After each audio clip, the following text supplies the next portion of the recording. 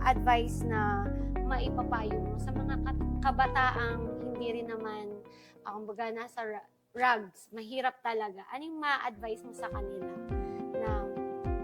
na na-experience mo tong success, di ba? Sa akin, Miss Joycey, napaka-importante po nito.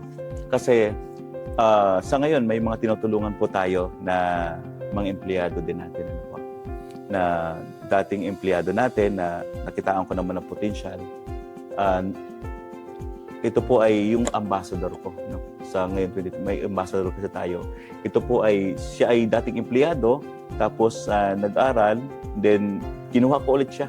Kasi ang gusto niya kasi mag-sales eh. Oo. So sa akin lang po, tulad po sa akin sa anak ko, kahit siya po ay nasa kabataan pa, next stage, kailangan na po natin matuto. Alamin natin ang buhay, kung ano ang sitwasyon natin ngayon.